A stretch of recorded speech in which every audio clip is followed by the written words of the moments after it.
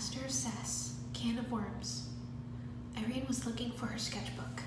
She sighed, frustrated. Lloyd walked past the room. "Hey, Squirt," she said. "Have you seen my sketchbook by any chance? I can't find it." Lloyd shrugged. Nia was moving stuff around earlier. Maybe she took it, he suggested. Irene felt a little tingle in her mind. "Lloyd, my element relies heavily on deception. Did you really think you could deceive me?" she asked. "Tell me where it is and why you took it, please." Lloyd sighed. "Okay, Uncle Will's lesson book is missing, so he got me to go prank all you ninja and then blame it on everybody else to teach you a lesson about the destructive power of rumors or something," he said, all in a rush. Irene snickered. "I sense that the guys fail," she predicted. Lloyd said, "I was about to go mess up their stuff. Want to help?" Irene grinned. "You bet." While Lloyd was ruining Zane's laundry, Irene snuck into the kitchen and added extra stuff to Cole's soup when his back was turned. Then Lloyd fixed the high scores on Kai's favorite video game, and he messed with Jay's sparring robot with Irene's help. She left a sticky note with instructions on what got messed up and how to fix it. "Okay, Lloyd, work your magic," she whispered to him. Lloyd nodded and ran off to spread some rumors. She spotted the lesson book sticking out of his pocket and shook her head, smiling to herself. "This will be interesting." She went back to her room and found her sketchbook on the dresser. Lloyd had returned it. A few minutes later, she heard yelling. She followed the noise and found the guys all shouting at each other. "You couldn't be happy with the top score. You had to rub it in my face," Kai yelled. "You know how long it took me to make that? 3 days. 3 days, Cole shouted. "It's an unsaid law, okay? You don't touch a man's robot," Jay yelled. "How am I supposed to strike fear in this?" Zane said angrily. He held up his now pink ninja gi. "It's pink!" Irene couldn't hold back any longer. She started laughing, hard. They all stopped screaming and stared at her. Then Sensei Wu walked in behind her. She shut up. Sensei walked over to the sliding door and revealed Lloyd cackling, all the evidence of tampering behind him. "You did this?" the boys all cried in unison. "With a little help from me," Irene interjected. She stepped in front of the kid. "Before calling dibs, listen to Sensei," she instructed. "I put him up to this for today's lesson. I wanted to show you the destructive power of rumors and that jumping to conclusions can only lead to trouble," Sensei told them. Lloyd smirked from behind Irene. "Did you ever think to find out if the accusations were true?" Wu asked. "Irene called me out, but she's got an unfair advantage," Lloyd said. "You've got to tell," Irene said. "Not hard to spot."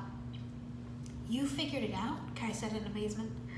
"I just pointed out that I knew he was lying, then asked him to tell me the truth," she replied. "Then he asked for my help. Jay, there's a sticky on your robot with what we broke and how to fix it." "No offense, Sensei, but today's lesson is lame," Cole concluded. "Yeah, why can't you teach us to paralyze your enemy with one finger or find out if a man is lying by the twitch of his nose?" Jay asked. "Because not all lessons are about fighting," Wu said. "And I misplaced my lesson book," he added sheepishly. Kai grabbed it out of Lloyd's back pocket. "You mean this lesson book?" he said, holding it up. "It was the perfect plan until you had to mess everything up," Lloyd started to rant. Then Cole closed the door on him. "Mature," Irene commented. Cole rolled his eyes. "Mature yourself, Irene." "If you're done fooling around, I could use you guys on the bridge," Nia said over the intercom. "We do still have a snake problem to attend to." "It's one thing to let the son of your nemesis live with you, but having my sister here? I mean, come on," Kai complained. "I thought this was a ninja headquarters." "You do know I can hear you," Nia reminded. "Over and out." "Ha! The Master of Fire just got burned," Irene mocked. Kai gave her a light shove. "Shut up, I've had enough of your sass," he said as they went up to the bridge. "But you're still gonna get it," she said. Kai had no comeback for that. When they got up there, Nia was looking at the map. "Last we heard of Pythor, he stole the map of dens from Lloyd and is now on his way to open the last 2 serpentine tombs," Nia said. "Don't remind me," Lloyd said in a sulky tone. Irene put a hand on his shoulder. "Pythor's our most dangerous threat," Wu pointed out. "If he finds those tombs before we do, with his intellect and all 4 tribes unleashed, there's no telling what he'll do." "But those tombs could be anywhere," Jay said. Without the map of dents, we might as well just throw darts at a map. Good idea. Why don't we?